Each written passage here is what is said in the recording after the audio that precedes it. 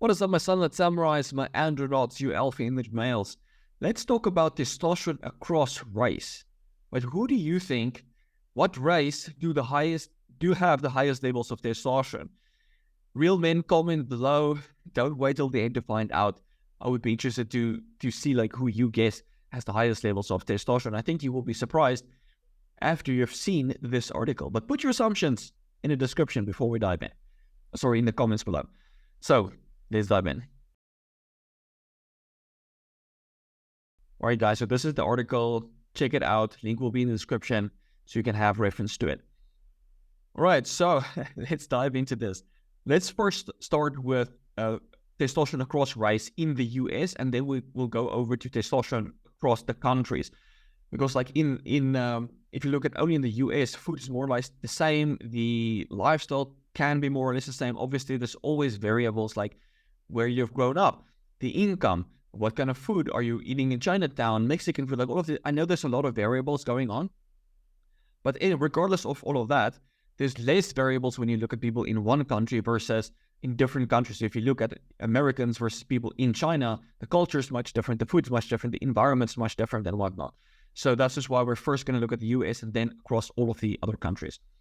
All right, so first, we're going to look at three main races. We get the whites, blacks, and Mexicans. And those are the three main races that we're going to look at in the US and to see like who has the highest levels of testosterone. After all of this, I'm going to show you what alters testosterone levels and why some people might have higher or lower testosterone levels than others. Right, so in the US, the study was 2009, found that blacks on average had about 40 nanograms per deciliter higher testosterone than whites or Mexican American men. Only 40 nanograms per deciliter. So it's higher, but it's only 40 nanograms per deciliter, right? It's not a lot. So if you look at the graph, you can see it's slightly higher, but if you look at all of the individual data, you will see like it's very mixed, right? So on average, it's a small difference. And then there was another study found that shown that non-Hispanic blacks did not have higher testosterone concentrations than non-Hispanic whites, and the Mexican Americans had the highest testosterone concentrations. So this was in young people, average age was 17.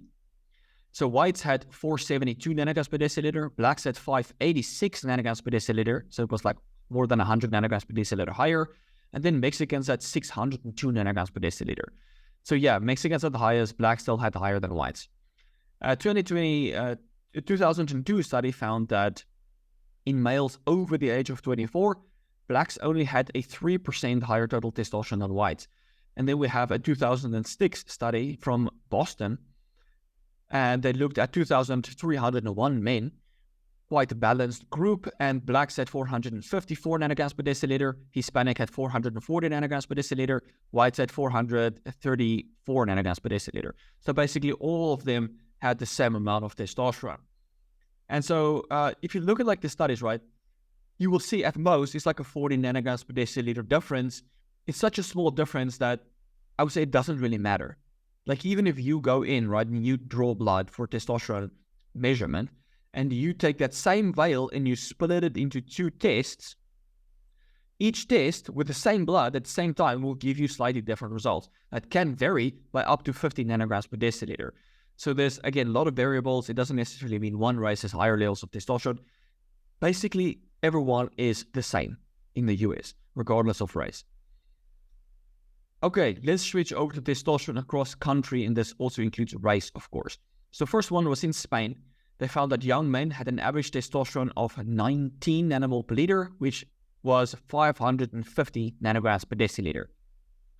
Malaysia, they had on average 435 nanograms per deciliter. China, there was a couple of studies. It was between 490 nanograms per deciliter, 580 nanograms per deciliter, and then 490. So as you will see, all of these has an average of between 450 and like 600, like across all of these countries. India, they had an average of 460. South Africa, I was quite shocked. The healthy men, white men, had an average of 420. Black fathers had an average of 480. And then the healthy men, as they got older, right, had an average of 330 nanograms per deciliter. So South Africa was quite low. And then let's look at this graph, like where people are from, like where they live. So the most urban affluent area, they had an average of 600 nanograms per deciliter. And the lowest testosterone was in the squatter camps at 430. So this is kind of like the poorest of the poor people. Awful diet, they had the lowest levels of testosterone. Uganda, these guys actually had the highest levels, I guess, across all races and countries. They almost had 700 nanograms per deciliter amongst the young guys, 692 nanograms per deciliter, the highest. So then we have the US, right? So this is, and then we have multiple races in the US. So we have the African Americans, these men were all from California, 430 nanograms per deciliter. The whites have 470 nanograms per deciliter. Japanese Americans have 470 nanograms per deciliter. The Latinos had 450 nanograms per deciliter. So as you can see, the summary from the US, basically all of them had the same levels of testosterone. Russia, these guys also not too bad. They had the lowest, quote unquote lowest, was almost like 550, and the highest was 660 nanograms per deciliter. UK across race, again, multiple races in the UK. We have Pakistani men. Their average testosterone was 14.6 nanomole per liter. So it was like somewhere in the 400s. African Caribbean, these guys had an average testosterone of 18 nanomole per liter, so it was much higher. The European guys had an average of 18.7. The Indians had the average of 17.2. And so in the summary, the Pakistani men had the lowest levels of testosterone, but it correlated with they also had the highest BMI and the greatest waist to hip ratio. Whereas the other guys with higher levels of testosterone had the lower BMI and the lower hip to waist ratio. I will discuss more on that in a bit. And then we have in Israel, Palestinian men and Israelis, so it's Jewish people. And the Palestinian men had 480 nanograms per deciliter, and the Israeli men had 509 nanograms per deciliter. And then the last ones I want to look at is Denmark. And so Denmark and the Faroe Islands had an average of 20 and 22 nanomole per liter. And so interestingly, the Denmark people didn't have as high levels as the Faroe Islands, but the Denmarkish men, despite having lower levels of testosterone, had much higher levels of free testosterone than the Faroe men. Anyway, so let's look at testosterone across race summary. This is the summary, and you will see low in the left corner, high in the right corner, and then this is kind of like the average. So Uganda highest, US general tends to be quite high, but then they analyze different men in the US, not that high, more like average. Russia also quite high, and then Denmark and Faroe Islanders also quite high. India was interestingly quite high, at least the village that they tested in. Chinese, Hong Kong, not bad, and Spain, not bad. The rest kind of like bad. We can see South Africa had kind of like the lowest, the healthy men in South Africa had the lowest levels of testosterone. And this UK Palestinian group also had like below average because they were kind of like overweight. Anyway, so you will see the race that most races fall between 450 and 600 nanograms per deciliter. Some outliers are like 700, but it was mostly between 450 and 600 nanograms per deciliter across all race and country. Now keep in mind, this is the averages. There are obviously outliers, and some outliers naturally have a testosterone level of 1,100, even up to 1,500, naturally without supplements, without really focusing on it. Right, so there are outliers with very high levels of testosterone, outliers with very low levels of testosterone. This is just the average. Right, so what influences your testosterone? Yes, obesity, the first one. One of the biggest negative correlators with testosterone is excess body weight in the form of fat. In most studies, higher BMI and the bigger waist to hip ratios was associated with low testosterone. For example, the Pakistani men in the UK. They had the highest BMI, the greatest waist to hip ratio, and the lowest levels of total and free testosterone amongst the UK men that they studied. Right, so obese individuals have an 8.5-fold increased risk of secondary hypogonadism, while about 75% of subjects with severe obesity have hypogonadism. So the fatter you are, the lower your testosterone is going to be, the more hormonal issues you're going to have. And then men with a BMI of 35 to 40 can have up to 50% less free and total testosterone compared to their age-matched peers with a normal BMI. So there's many mechanisms how obesity contributes to low testosterone.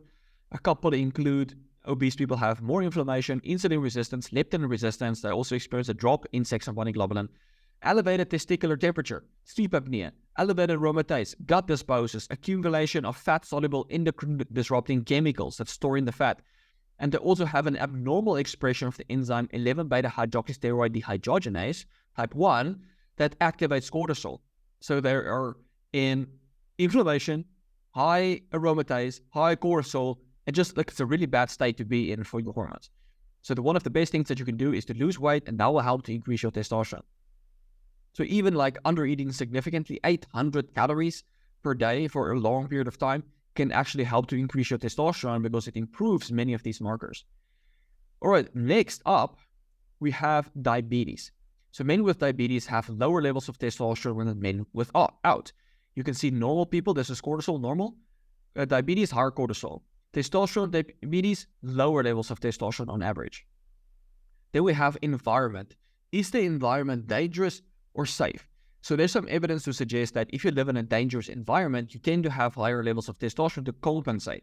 So this is why certain studies have found that black young men have higher levels of testosterone because they live in the hood, which is more dangerous, and they need to be more aggressive for survival purposes, and they end up with slightly higher levels of testosterone. Right, so then we also have to look at BMI and waist to hip ratios. And like, if you take that into consideration, there's really no difference between whites and blacks. And because of like income and those kind of stuff, if you don't eat a lot, you're not going to be fat, and you end up with a little higher levels of testosterone. And then white people, at least I guess from the studies that they looked at, tend to have slightly better income. The environment was safer, and so they ate a little bit more, and the environment was safer, and they had a higher BMI waist to hip ratio and lower levels of testosterone. But then when they equated for BMI and waist to hip ratio, there was like no difference between testosterone in the whites and blacks. And yeah, don't get fat. That's the point. Don't get fat, guys. And then married, wild versus settled. And there's some evidence to suggest that when you marry, your testosterone drops, and when you divorce, testosterone goes back up. But you have to think, like, is it the marriage that's lowering my testosterone, or is it the fact that people, when they marry, they stop looking after themselves, right? They stop going to the gym, they tend to get kids, they work a stressful job, they don't sleep enough, they eat too much, they gain weight, all the bad stuff. It's like, all right, I got my soulmate, I don't have to look sexy anymore, I'm just going to gain fat. That's typically what happens, right? And this is why they get a decrease in testosterone. They divorce, like, hey, I need to find a new partner, I should start losing weight, looking after myself, make more money, all of those kind of stuff, testosterone goes back up. So the point is, if you're married or not, keep on looking after yourself. Immigration, like, are you moving from one country to the next? There's two studies I want to look at. I'm going to show you guys.